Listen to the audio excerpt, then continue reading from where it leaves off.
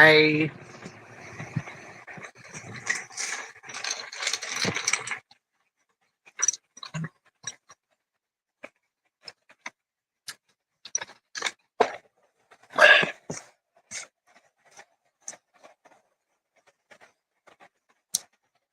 Hi, four people.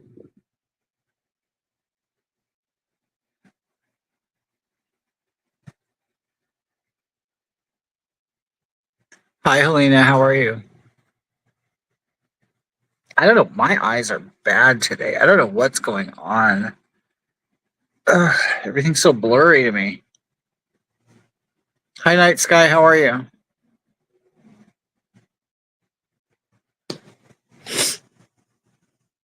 How is it going? You know what? I guess what I really came on to talk about was the exit of the Trump rally. And I'm seeing people. Hi, Jennifer. How are you? Hubs just got a bear. Just got a bear? So I'll be listening. Wait, he just got a bear? A beer? Hi, Kristen. How are you? Hey, Hoggy, laying in bed thinking about feeding myself. You should, gagging.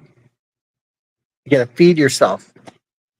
Well, I've been seeing online, and a friend of mine just stated to me that there's like online controversy and conversations and people bitching about the exit from the rally in Coachella.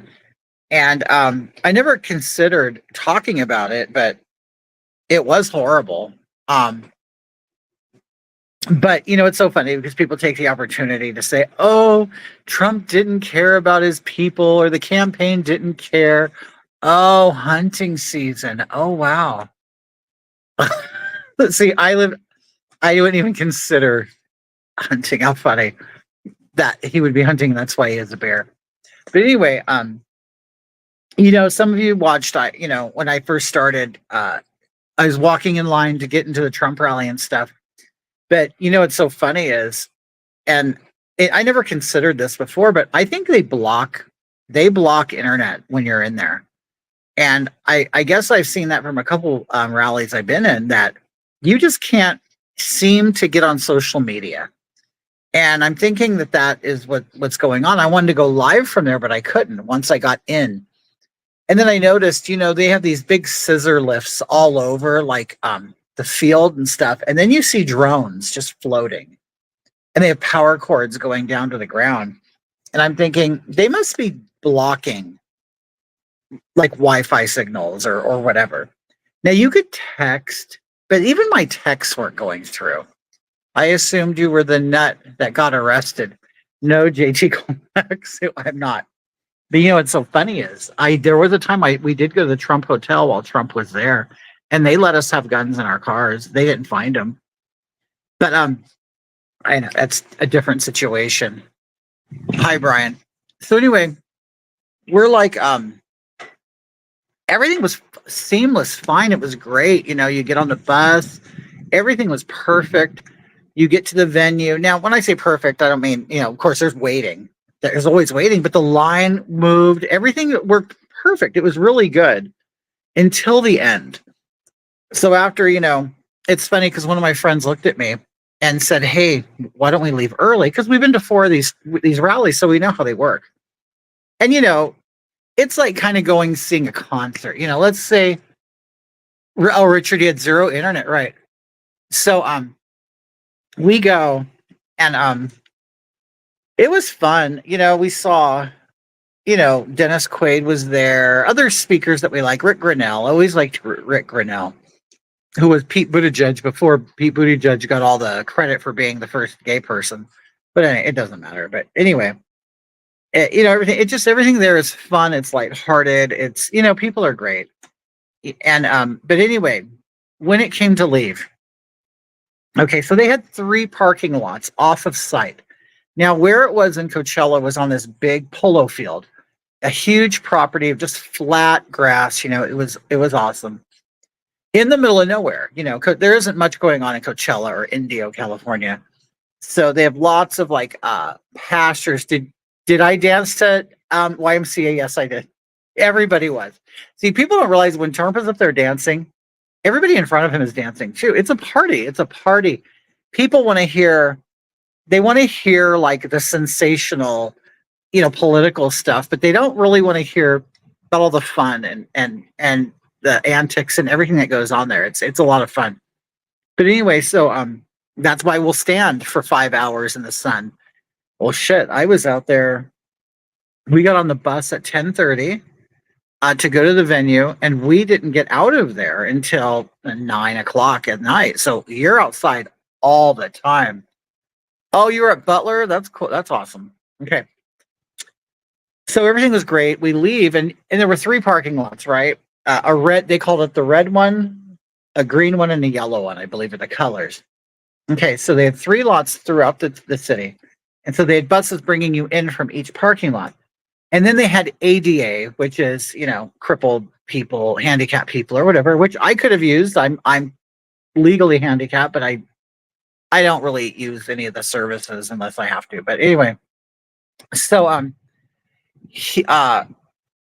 once you leave, first everybody, of course, like a concert, like everybody knows, everybody leaves. It's like Disneyland, a big amusement park. Hi, Cindy. Everybody leaves. So we were contemplating on leaving early because we've seen the show before, so we know when he's wrapping up, and so we figured we'll get in front of everybody.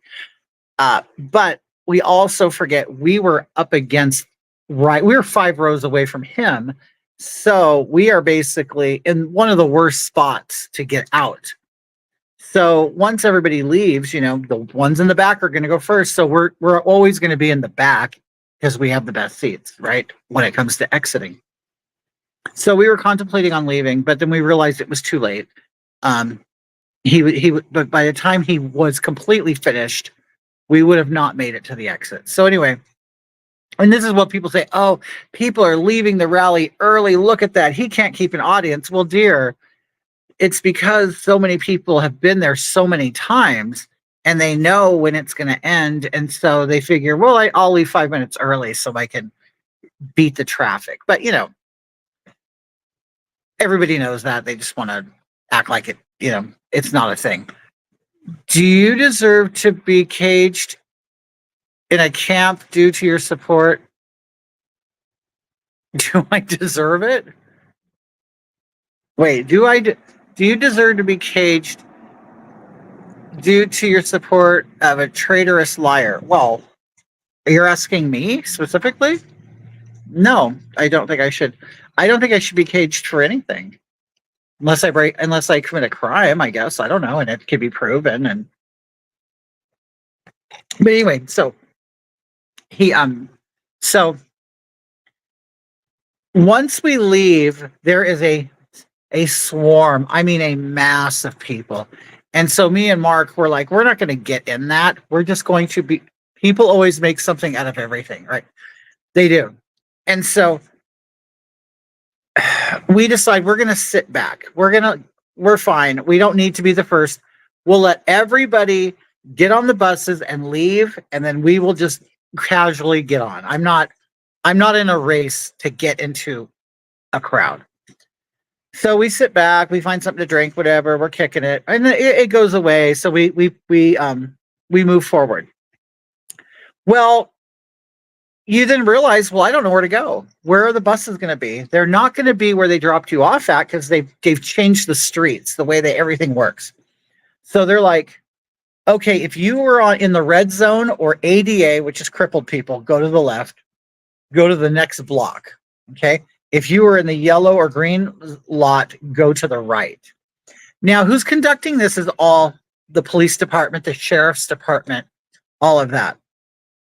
Which we had already gotten notice that the mayor hated that Trump was there. I'm sure he didn't hate all of the tax dollars that were dumped off there, but whatever. Because once everybody had hotels, they went to restaurants, they went to bars, everything. So Indio is a small city. Coachella is a small place. I mean, a lot of land, I'm sure, but low population of people. And it's really, a lot of people don't know this, it's really one of the last cities in California. So when people go to Coachella, they're not really that far from Arizona. Like, you're on the last end of civilization in the Inland Empire or the desert communities of California.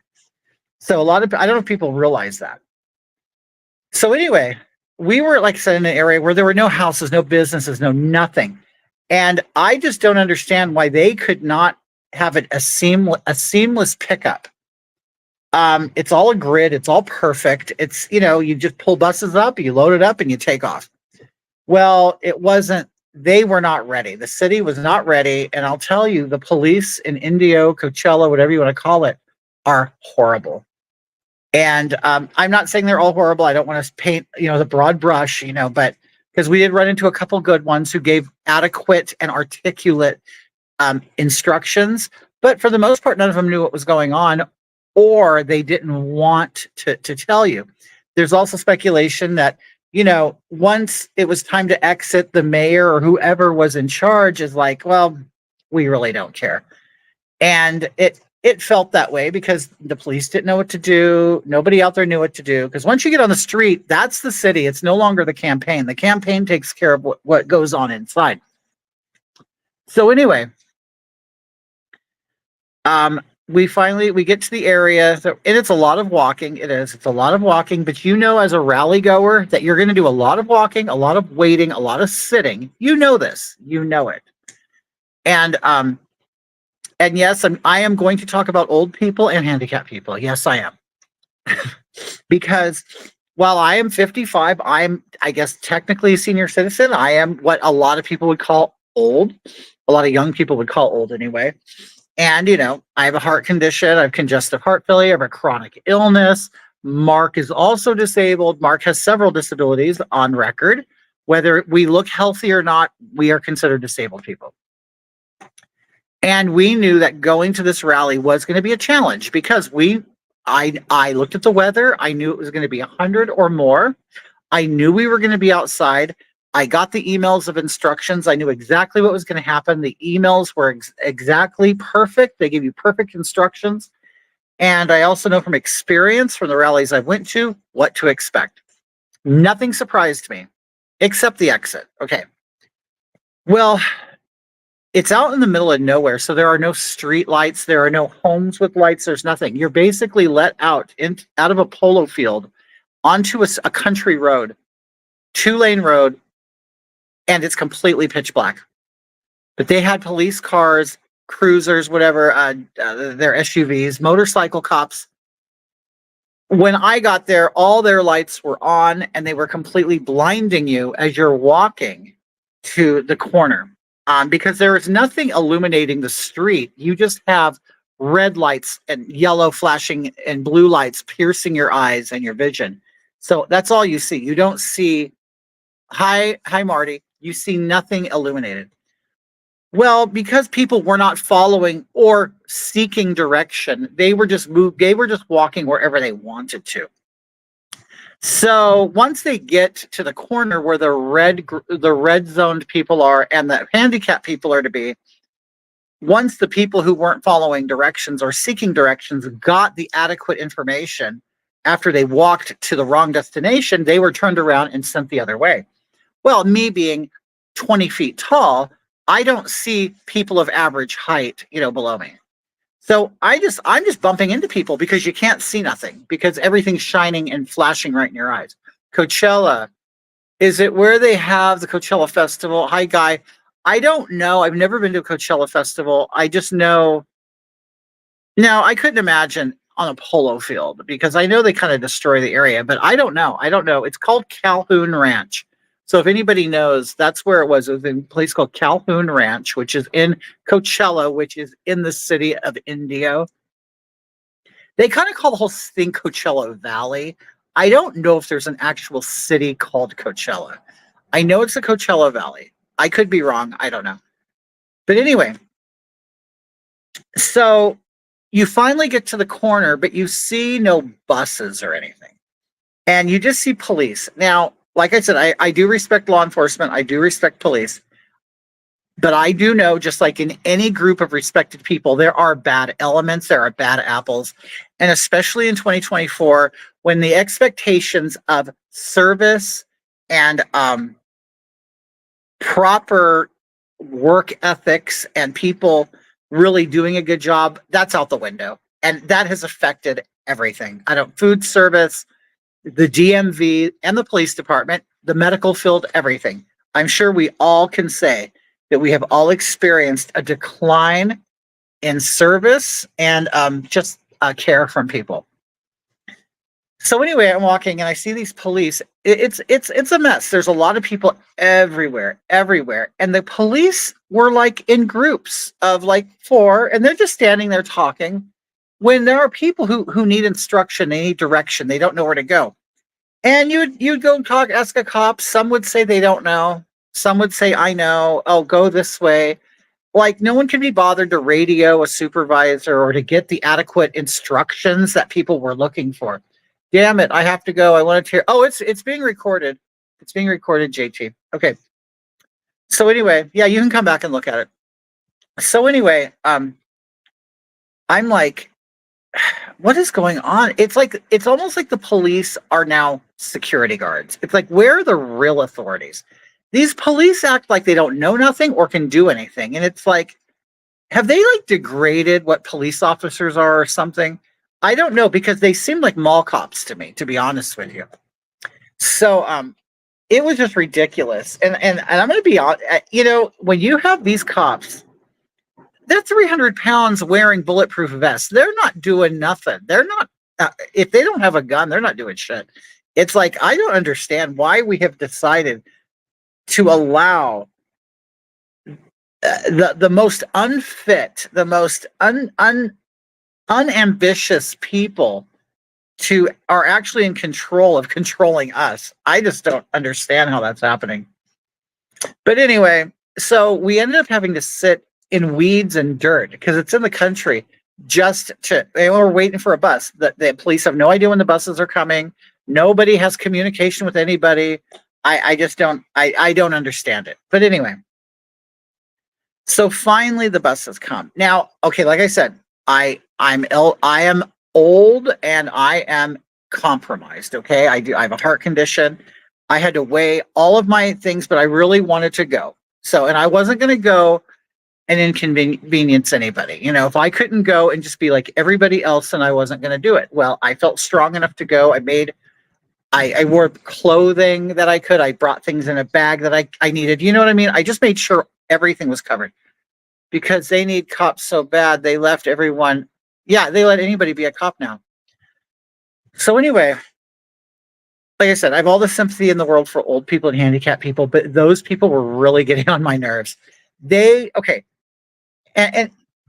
this is, and let me give you a little background. My mother would absolutely love to go to a rally, and she don't even live far from Coachella.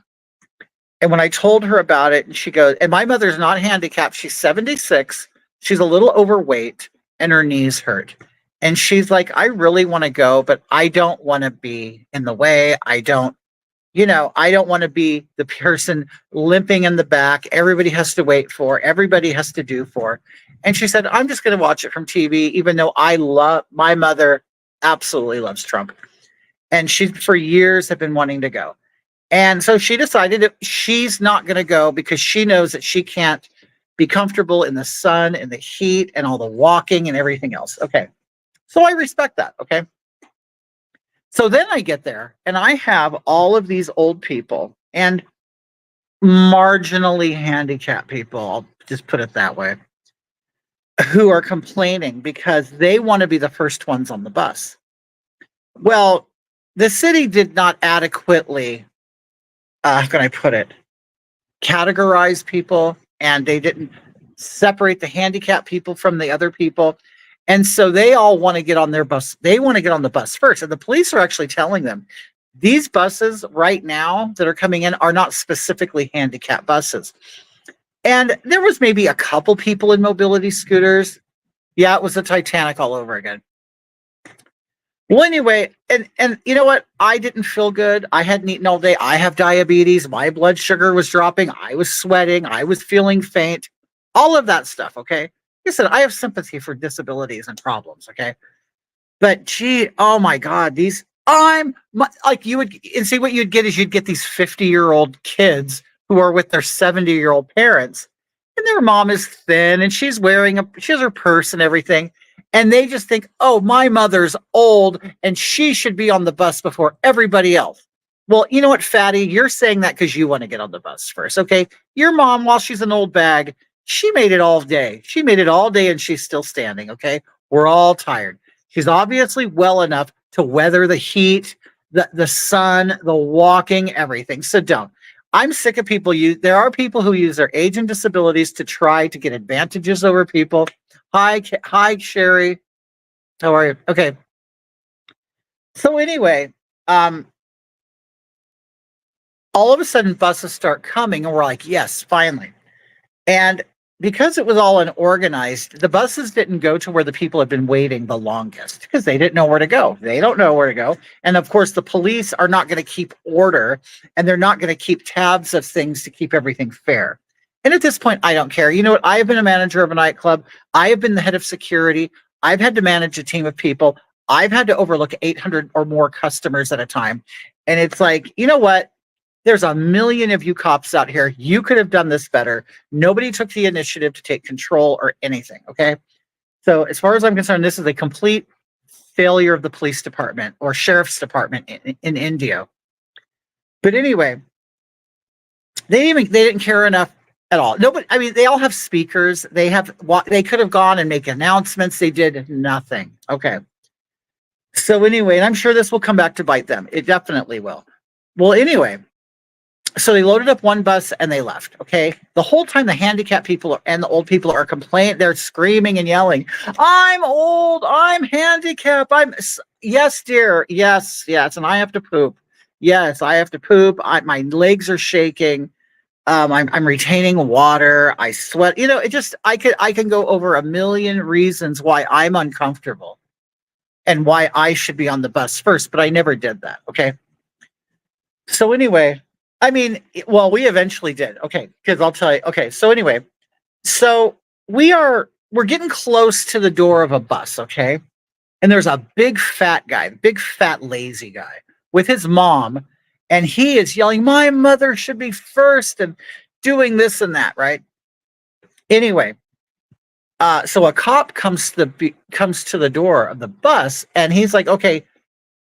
He is listening to the mob, okay?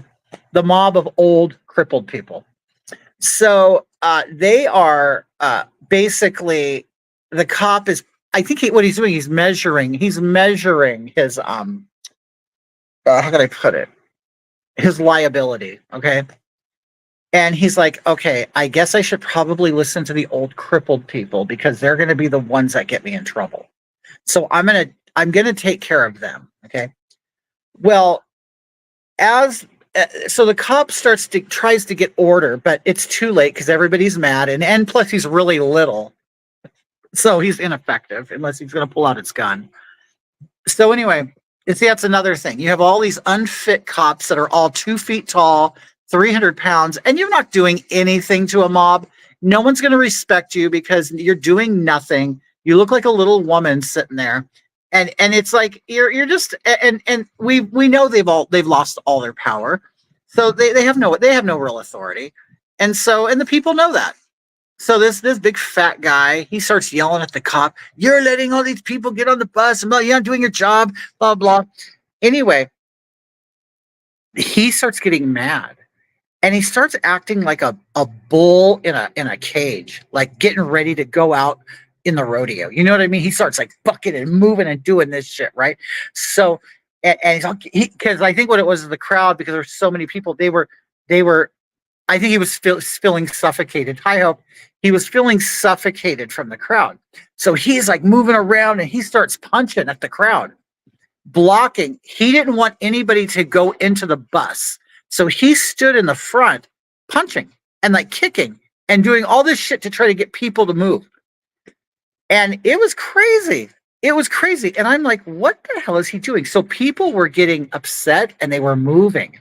Well, I'm a lot bigger than this guy. Me and Mark, we hold hands and we just cut through the crowd and we go right to the beginning of the bus. Okay. So we made our first chess move, right?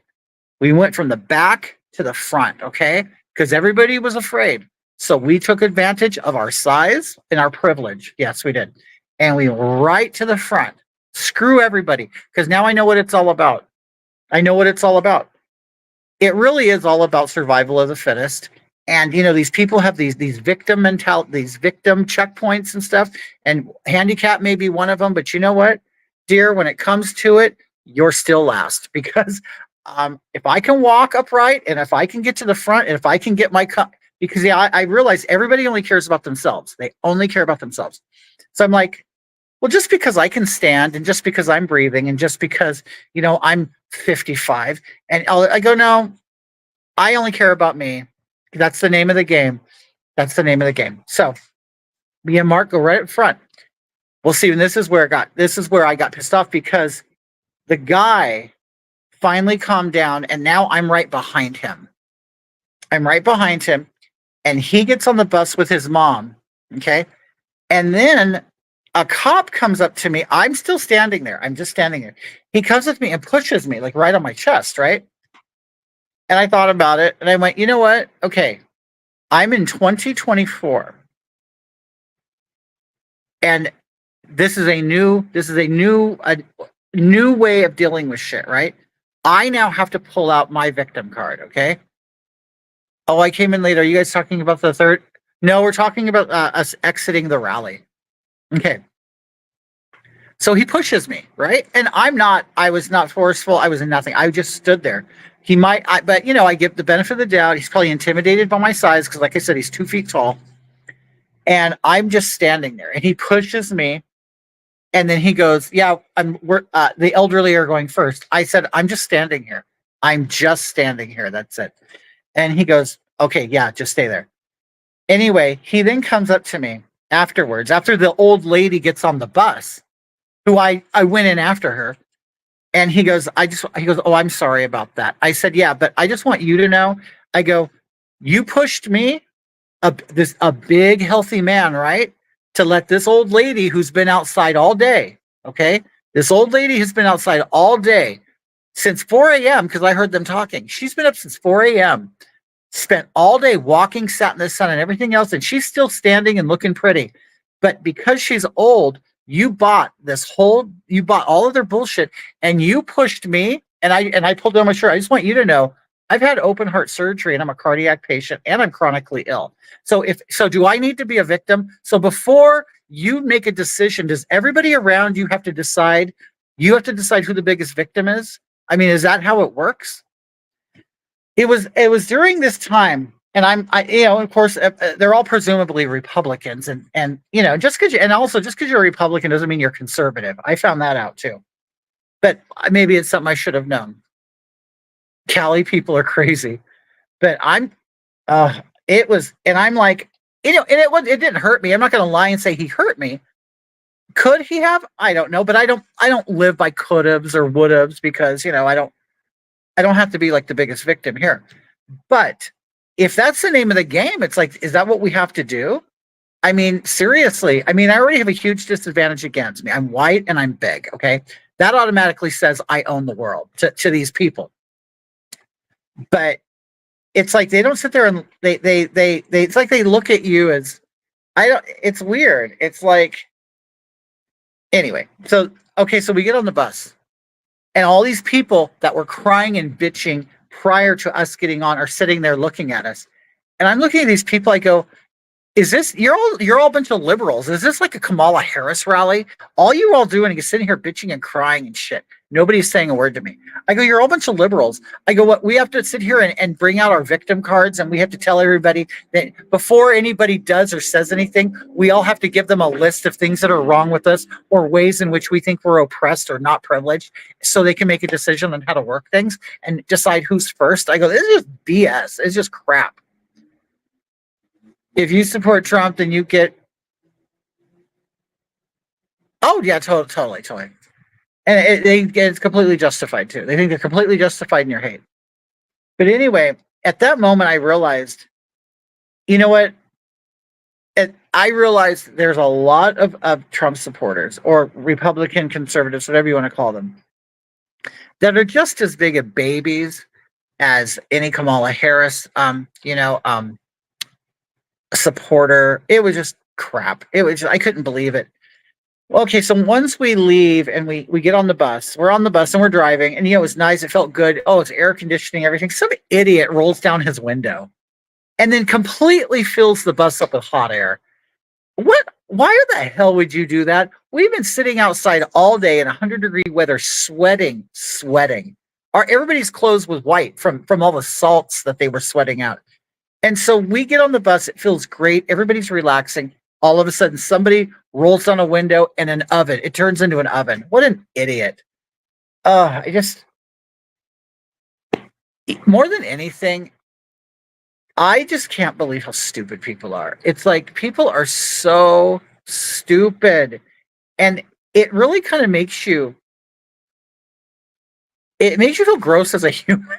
Like, I'm a human like they are, and they are just idiots. And it's like, I don't even want to be in the same like category of species as them. These people are just dumb. It's okay. Lots of Republicans hate Trump too because of his stance on abortion, because he won't ban abortion. You know what? I think people are going to have to realize that, Trump is running on the Republican ticket. He's not necessarily a Republican. And that's why it's the MAGA party. It's the MAGA party. It's not even, he's just using the Republicans. Just like JFK, he decided, or RFK, oh, I'm an independent. Well, it's just because he couldn't. They have always been, the Kennedys have always been Democrats, but because the Democrats didn't want him, he goes, okay, now I'm an independent. I mean, people switch sides all the time. Exactly, he has always been a centrist. So it's like, people take these hard stances and hard lines on, oh, I'm a conservative Republican, so you're not. Nobody's black and white. Everybody's gray. You're just different shades of gray. There are people who believe in abortion after a certain time. There's some people who don't. I'm one of these people. You know what? I don't have to deal with it, so I really don't care, to be honest with you. And I wish more people would vote and believe in things that are for them and themselves rather than everybody else. It's like, and I've always said this, don't vote for what your neighbor wants. Vote for what is best for you and your family. And Hope, I'm the same way. But the left calls him far right. I know, you know what? But I've realized this on the left and the right. There are some extreme idiots on both sides. And, it's like they don't understand nuance. They don't understand, it's kind of like the extreme liberals who completely zero focus on every word that Trump says. He just talks. He talks shit. And it's like they will then nitpick every little thing to where it's like, it's exhausting. It's like, yeah, so what? He said this. So what? We all just sit around and talk shit. We just say, maybe that's the thing. Maybe they don't have a person that they feel so comfortable with that they feel like, it is weird when you think about it. Even as popular as Obama was, or Clinton and stuff, they didn't seem like the kind of guy who would that understood you. And I'm not saying Trump it does, because he's a billionaire and he's always been rich. The difference is Trump understands poor people because he employs them, he works with them, he deals with them. He knows what they need, knows what they want. These other guys, they have no idea. They have no idea. I know Trump lives in an ivory tower, and he will show you all of his riches, and he is ostentatious. He will flaunt all of his wealth in your face. But he also knows you as a poor person. You helped him get there. The other ones, Kamala, Biden, all of them have always made all of their money off of tax dollars. All they know is how to use us. Trump doesn't have to use us. They do. The Democrats completely use us to get rich. They you shouldn't have to explain this stuff. It's very simple, but anyway, they're obsessed. Right. It just, that's all they do is think about it. I'm telling you, a Trump hater thinks about Trump more than a Trump lover. But that's what I wanted to come on, and I wanted to talk about this parking situation because it was hell. absolute hell. Absolute hell. It was bullshit. Um, it could have been done in a much better way. But, the thing is, when you exit any of these huge events with all of these thousands and thousands of people, it's always hell. It always is. There's never a good way of doing it. I will say, because it's our third rally, every rally we've gone to has gotten better and better because they tighten it up, they learn from past mistakes. And I'll tell you, this rally was completely flawless and wonderful until you left the venue. When you leave the venue, the city, the police, the sheriff department completely failed us, completely. And I went and I looked at the reviews of the Indio Police Department. They've shut reviews off, okay? And then I did some further digging into the Indio Police Department and the experience that people have had dealing with them. Because I'm sitting here thinking, these people should be absolute experts on how this works because they do Coachella Music Festival and Stagecoach, right? So they know. It's like when it came to this, they absolutely had no crowd control tactics or knowledge or anything. Now, how can they not? How can they not when they deal with these other festivals? And they also, it's the home of the Riverside County Fair. They know how to deal with crowds. They know how to deal with people. They know how to do this, and they completely, in my opinion, this was a deliberate act. And even the mayor of Indio or Coachella, whoever, stated, we don't want Trump here. So he had, because it's funny, a lot of the desert is gay, okay? So they do have a large Democrat population, but they also have a lot of wealthy older people who tend to vote Republican. It's a very red area too. So they had to really appeal to their liberal population there. And we denounce it. We don't want him here, blah, blah, blah. But it was a complete benefit to the whole Coachella Valley. They roll out the auxiliary officers for Trump's patrol. That's what I think it was. Jason says, you take a very large group of people like that and add the heat and, oh yeah, you were in and it's going to be a challenge. I would love to go to a rally for the experience, but would never because I couldn't be around that many people. Right. It is. It is. It's a lot of job. It's a lot of work. And I'll tell you, just from what I see on a Kamala Harris rally and a Trump rally, I know for sure that the people, okay, there has been this speculation that Trump has to hire people. And I'm telling you, you don't have to hire anybody that's there. First of all, when someone's an employee and when they're not. And when you look at a Kamala Harris rally, you'll see people behind her completely uninterested, just holding a sign. They're on their phone. And they don't even seem to be like they're not even a part of it. Now, are they all like that? No, of course not. But I know from a Trump rally, and they really, and I'm sure both rallies do this, they really set the stage behind them because they want you to see the people behind them. And it seems to be a recipe that both campaigns use. But like I said, I've been doing a Trump rally since 2016, or 15, actually. I've been asked to sit back there. So I know that they are selective on who they want behind the people, but they are not paid.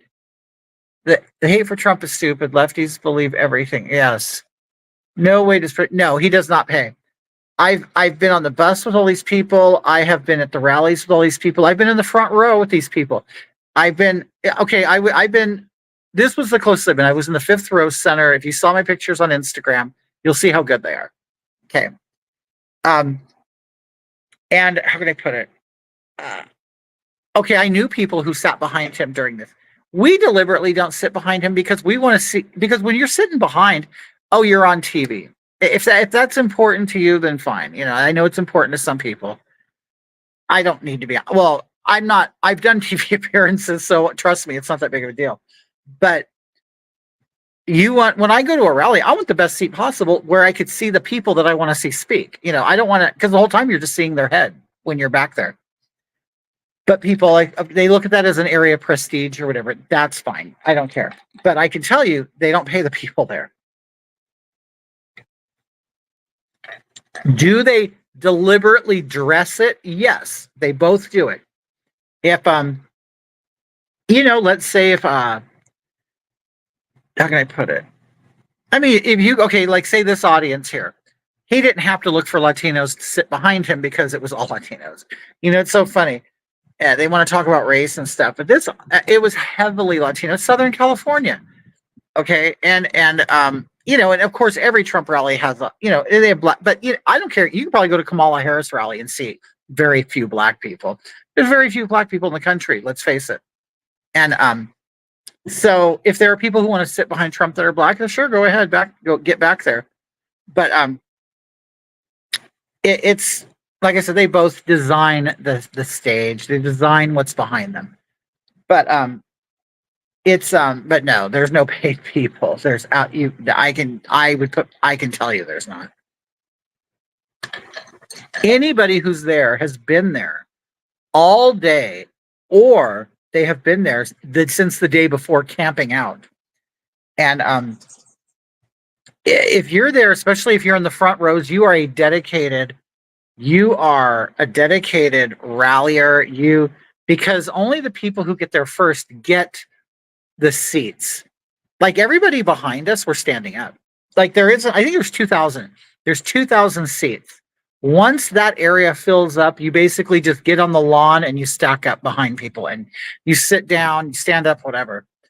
Now this is on an outside venue. The inside venues are different. Everybody is sitting. But I don't know.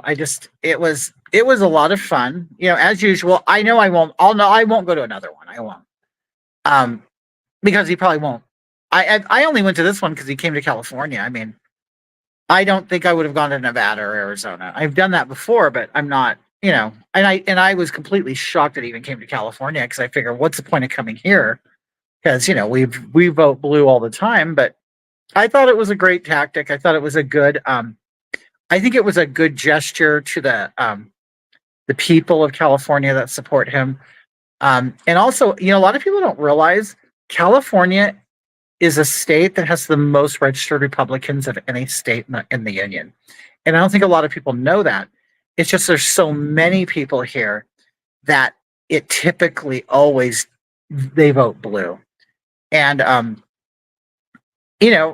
I thought it was great. I mean, this isn't even a swing state for him. He said, "Oh fuck, screw it. I'm gonna go to California and say hi to my people." I wish he would come to Oregon. Has he ever been there, Tamara? Do you see many anti-protesters outside the rally? No, and that's the thing. That's what's funny. Apparently, one did get in, right? And they did a whole na hey goodbye thing. Apparently one got in. But anytime I've seen them, like I'm trying to think of the other places I've been, Nevada, Arizona. They actually create a pool of them. So they're like, hey, if you want to protest, just do it over in this group of people. They don't care. It's like, it's not like, TV and they want to act like there's this huge fight and battle. And it's like, they didn't care enough to come out. And especially, I'm telling you, Palm Springs is just down the street. It's so gay, filled with gays. And, and there was nobody out there protesting. There was nobody doing anything outside the venue, at the parking spaces, anything. No, we didn't see anything. I have seen them in other rallies in the pool of protesters, but just the one. It was he got behind him, and also there was someone who fainted, and we saw it, so we know. At least when he does it, it's not fake. Now, when he says, "Is there a doctor in the house?" Okay, it's the audience that's alerting him, and he's like noticing, and so then he turned around and saw someone was on the ground. Is it something? Of course, they want to take advantage of the moment. Is it orchestrated? No, not from him anyway. But you will actually see the people fainting. You'll see them come. And especially being out there in the sun, I'm surprised we only saw 2 people faint. There wasn't a whole lot going on. He was, yes, in 2016. He was in Eugene, of all places. Eugene's so liberal. I'm surprised he went to Eugene. Sherry says, I've only been to one. The people I saw and was around behaved as though they came on their own free will. Yeah. Ricky Rebel and Kitty Merwood. Oh my God. Oh, you know Kitty and Ricky Rebel. Do you know what's so funny? I met Ricky Rebel. He probably don't even remember meeting me. Well, I've met him a couple times, but the first time I met him before he knew who I was at Candace Owens at her event. She did Blexit in LA. It was her first thing. And Ricky was there. And I recognized him and I said, "Hey, Ricky Rebel." He's, "Oh, hi." And we shake hands and we took pictures. But I'm just I was dressed like this, so I know he didn't know who I was. But I knew who he was. But I'm just and while I was there, somebody recognized me, which is always really, I mean, it's nice, but it's also weird feeling because I don't walk around thinking like I'm anything. So like even I'll be on the bus talking, like I was talking on the bus talking to people and stuff, and they were talking about TV and being on TV and being on the news, and every topic you talk about is something that I know about, but I just I don't tell people, oh yeah, I did this or I was there or I was on Jesse Waters, or I don't tell, I don't know, I just rather be like one of them or something. But yeah, I don't care if people know. But okay, so it was at the end, and I'm like, God, I'm so hungry. So we go to a taco truck or something, and I'm waiting. And there's this lady with her son sitting on the ground, and she's like calling my name, and I'm like, "How do you know me?" And like, "How do I know you?" And she goes, "Oh no." She goes, "Well, I didn't want to yell Hagatha because then everybody would know." I'm like, well, "Trust me, dear, nobody would know." That it's just always it's always interesting and fun, then it's like because people know you, but you don't know them. But it was fun. But yeah, only one person recognized me there. But it's anyway. So afterwards, we went to In and Out Burger. That was crowded, so that's why I knew all the restaurants were full. I knew everything. There was lots of money going into the city, so I don't understand why any mayor would not want thousands and thousands of people visiting their town and leaving tax dollars. But anyway, so that was my experience. Oh, let me tell you this. I have never seen more expensive truck food in my life. So we're me and Mark, we ate at Carl's Jr. It was like about 10 o'clock, and that was the last time we had eaten in before noon. And I said, well, they have food there. Well, I don't care how many food vendors there were. There were so many people that every line was extremely long. And we're like, oh my God.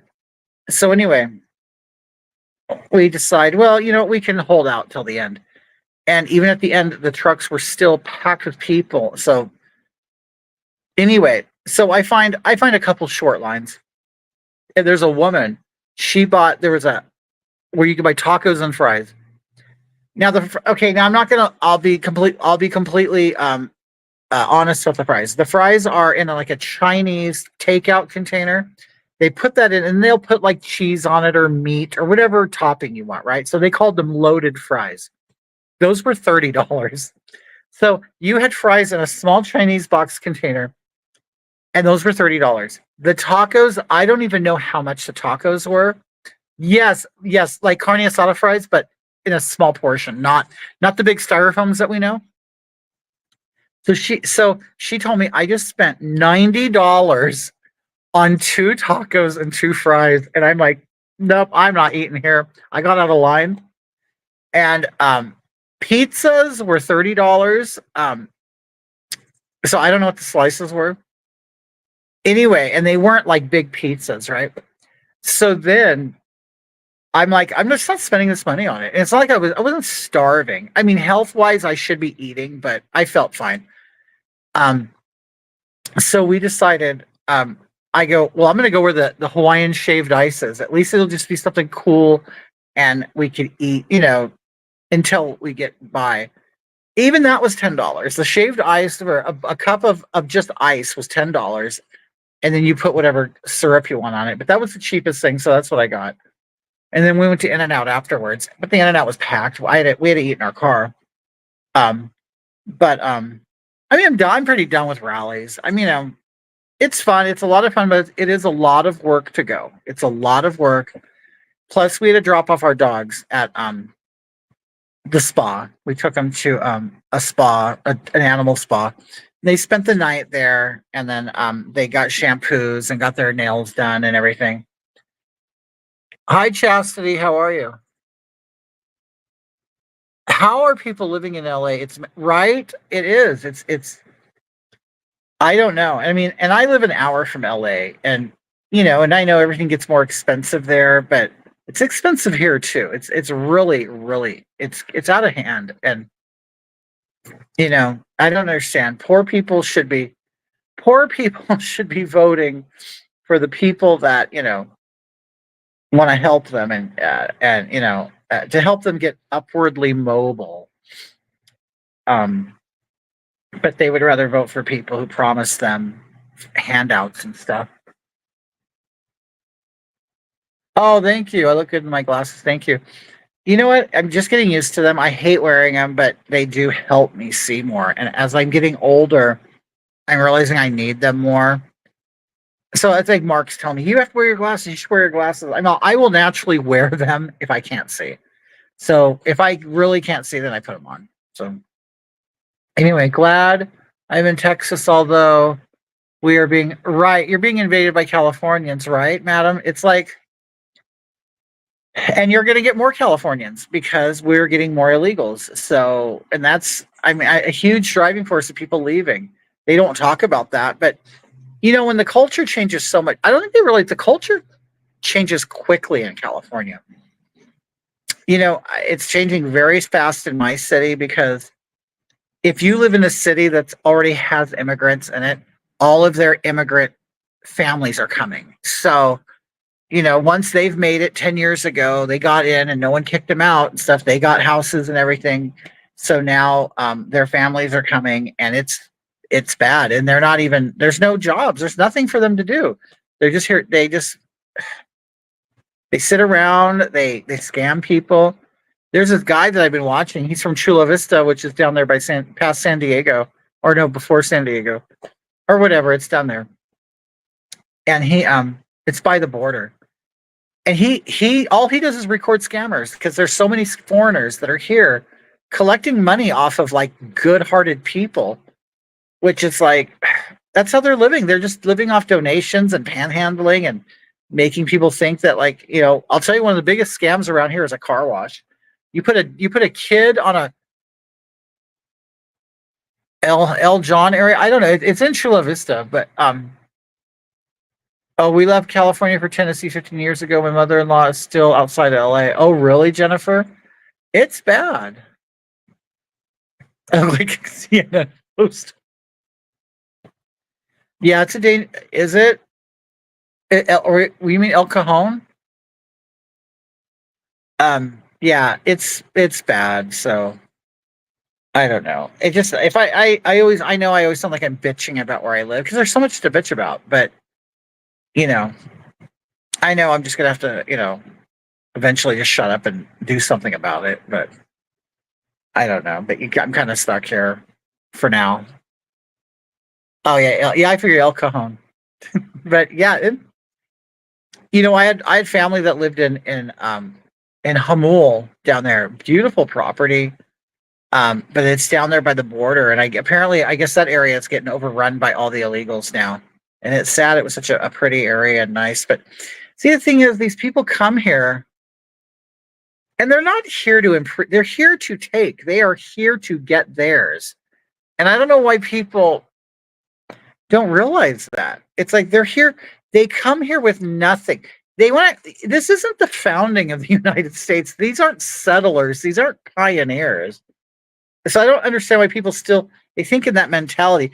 Oh, it's home of the free, and we take all the immigrants, and oh, we take your poor and huddled masses and all that crap. And it's like, listen, sweetheart, we're in a different area. We're in a different time now.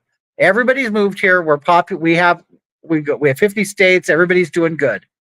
Why are you going to add all these people in here who they're charity cases? Now, at least when we get like green card holders and people who come from places with an education, they're working, they're doing something. But There's not a rocket scientist coming over the border. That those aren't rocket scientists. Those are dishwashers. Those are lawnmowers. Those are service people. Those aren't teachers. They're not professors. They're none of those people. Okay, because those people don't have to do that. And that's what I don't think people understand. When you see millions of people coming, those millions of people are here to get something. They're not here to give you anything. They're not here to add anything. They are here strictly to take. And eventually it's going to come out of your purse and wallet. I don't understand why people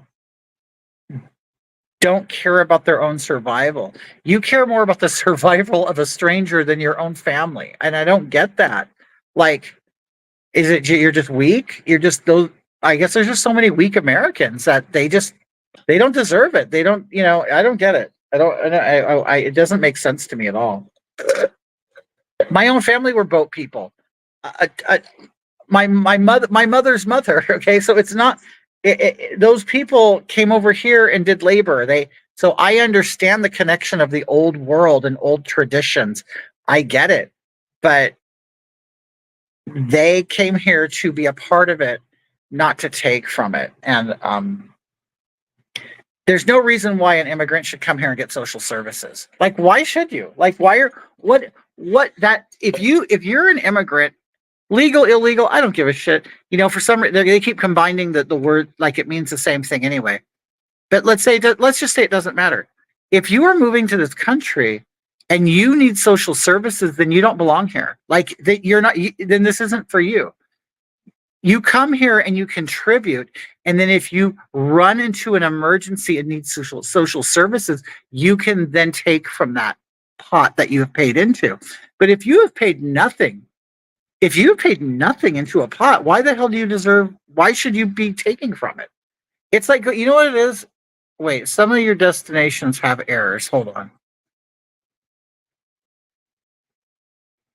Oh, okay. Anyway, but it's like going to a potluck. Imagine going to a potluck and you take nothing and you fill up your plate with food. It's the same shit. And it's like, well, at least at a potluck, you're at school or a job, that you're doing something, but but if you don't contribute, why the hell do you get anything? I don't get it. And then everybody's so willing to give them everything. It's like, no, okay, how about at the potluck, you fill up your plate and then you go to a table where there are people who didn't bring anything and you let them eat off your plate. That's what you do, okay? It's like you get these people who are saying, oh, reparations and all this shit, handing out free money. Then do it. Like, what's stopping you? What's stopping you from paying people things? Just like people who think, oh, I think we should pay more in taxes to pay for poor people. Okay, then why aren't you doing it? Because at any time, you could write a check out to the IRS and you could send them as much money as you want, and I guarantee they'll cash it. They will cash it. So I don't know why all of these good-hearted people just aren't taking care of that on their own. They also believe some goofy stuff about money. They get scammed by their own people, right? It's insane. Like, there is this pay into raffle a lot of Hispanics fall for amongst them. Oh, wow. Yeah. They don't get it. Hey, Mark, how are you? Yeah, I don't. Okay, this is honestly what I wish. All of these bleeding heart liberal people, I really wish they were as good as they claim they are.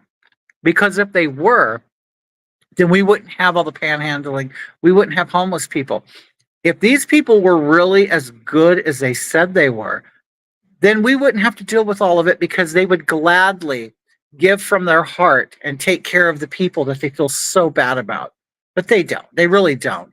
They just want you to think they care because they think it makes them look good. Because if they really did care, we wouldn't be in this position. You pay $50 a paycheck and you might win what everyone chipped in that month. Oh, is it like a pyramid thing? I've never heard of that. I'm gonna have to ask my Mexican friends.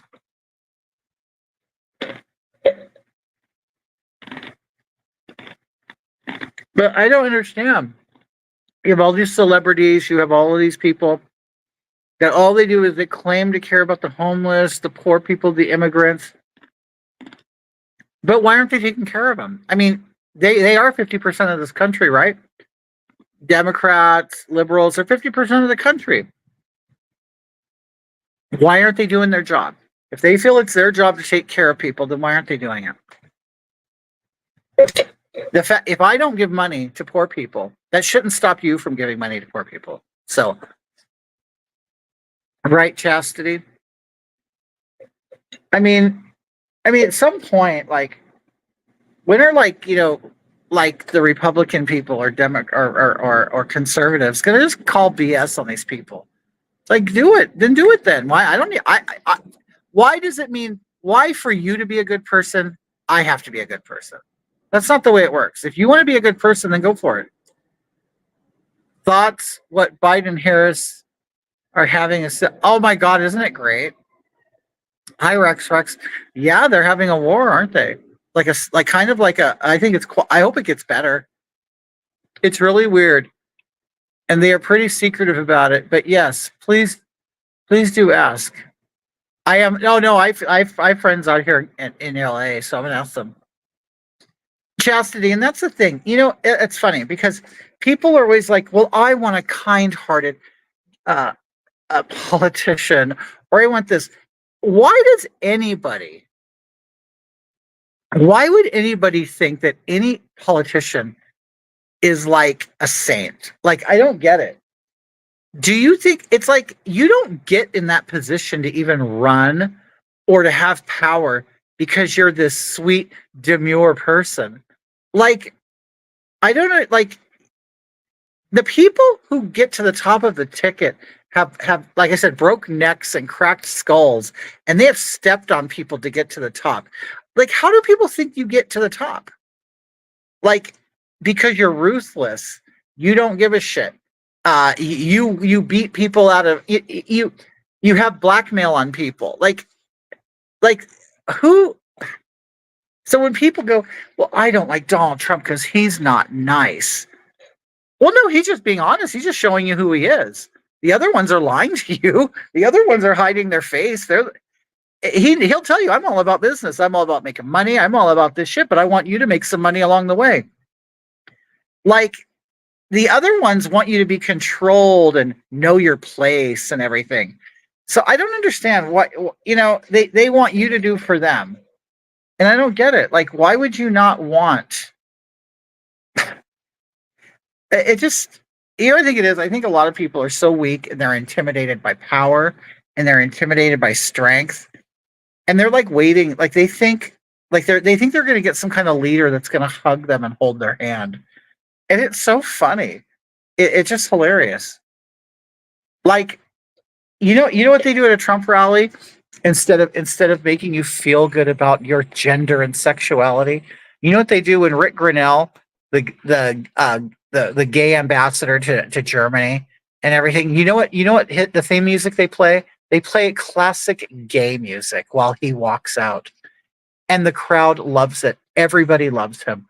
It's like they're not being sensitive to his sexuality because he might get hurt. No, he proudly gets on that stage walking as the whole place is singing It's Raining Men, which is a classic gay anthem.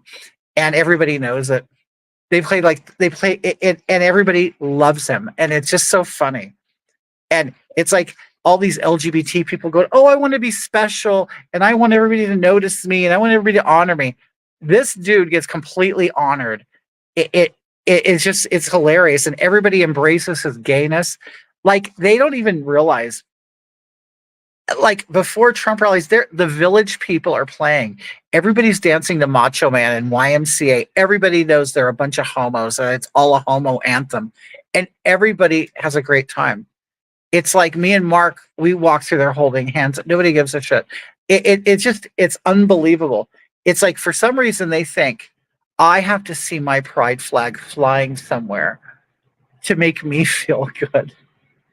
It's like, bitch, if you don't feel good, then you don't feel good about your own lifestyle. Then you honestly are maybe self-loathing.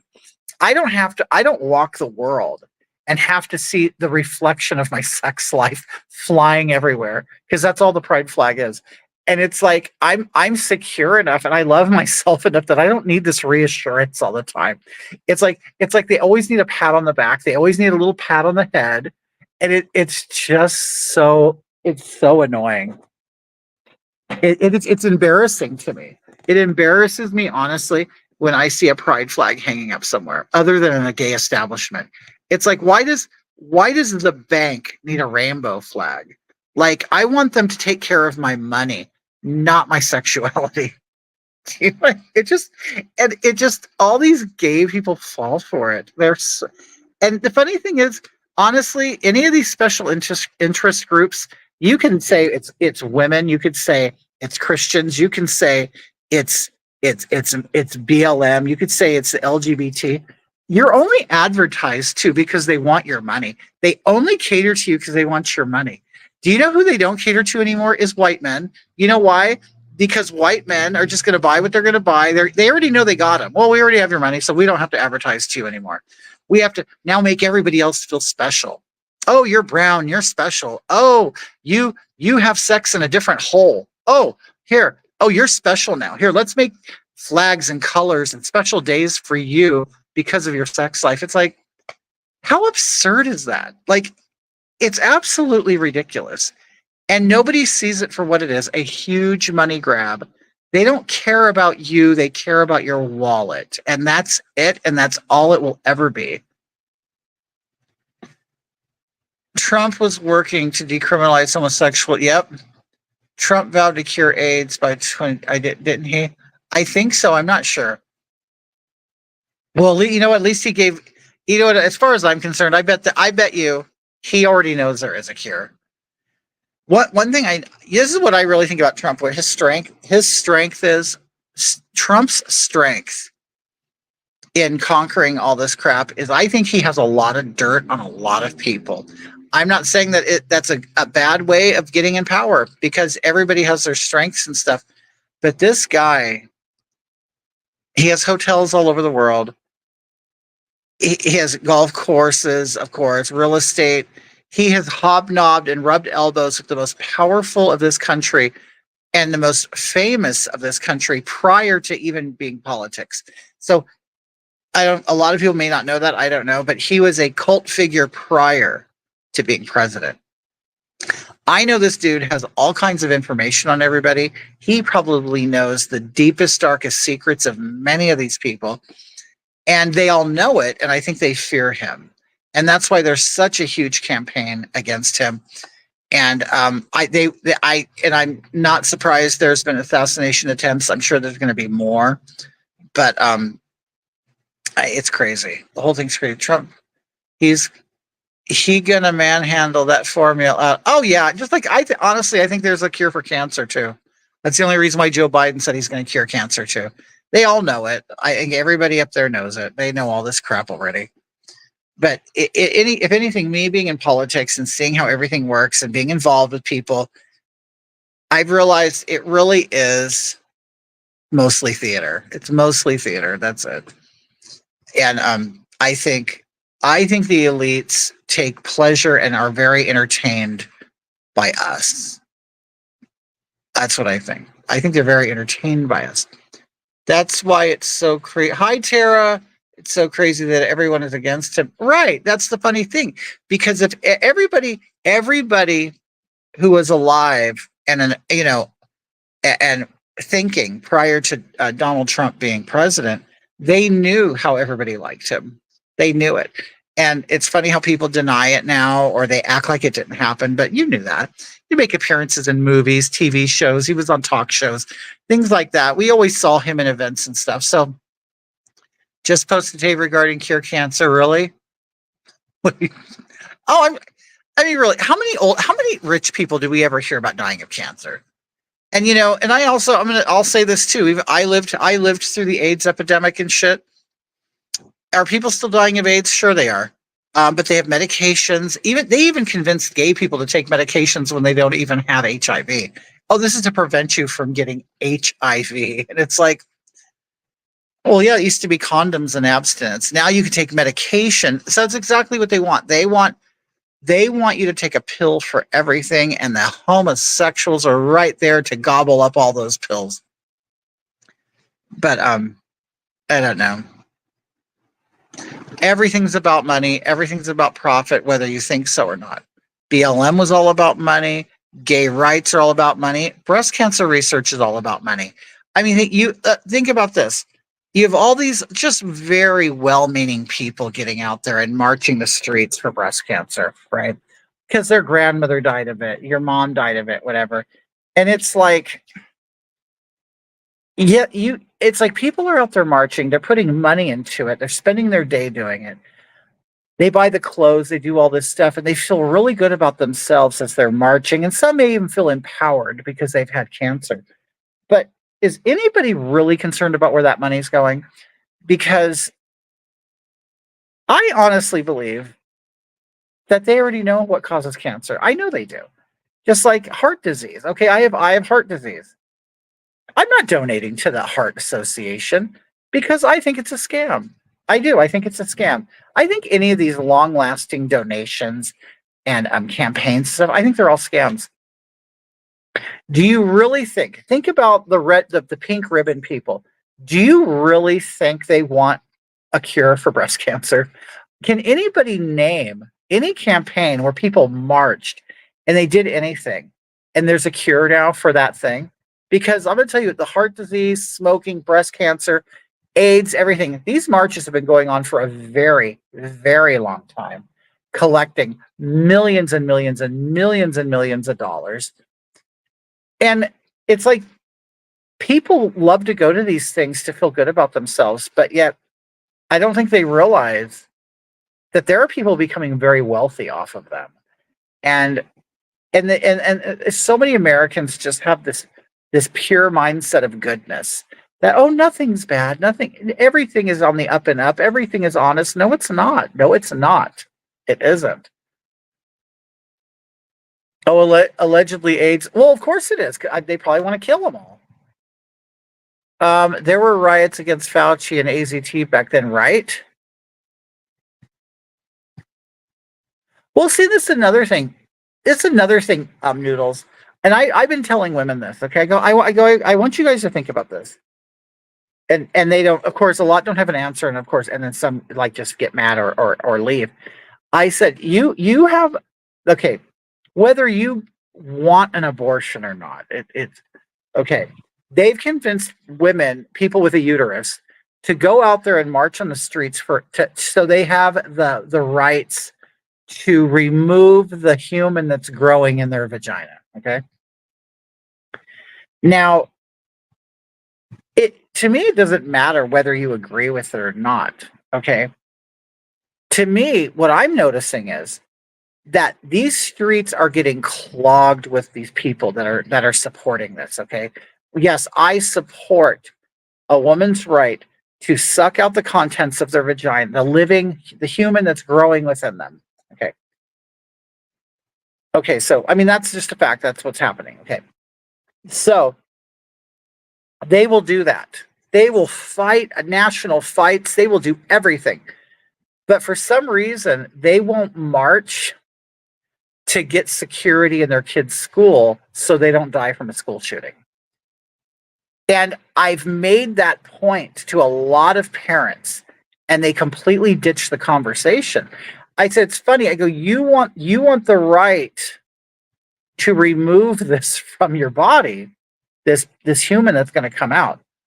But the ones that you send off to school that are getting killed, you don't march to have armed security at the school to protect that kid. You would rather them tell people not to shoot up schools. And this is what I don't understand. And it's like, you already have this child. You already know that this danger is going on. You're going to bitch and complain, but you're still going to take that kid to that building and then either go to work, go to school, or stay home. You're going to take the advantage of the free daycare. So really, the daycare for you is worth more than the protection.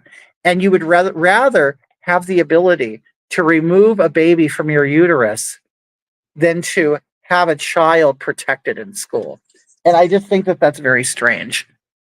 They'll have national conversations, fights, marches, everything, so they could remove it, but do nothing if the child is in school and in danger of getting shot.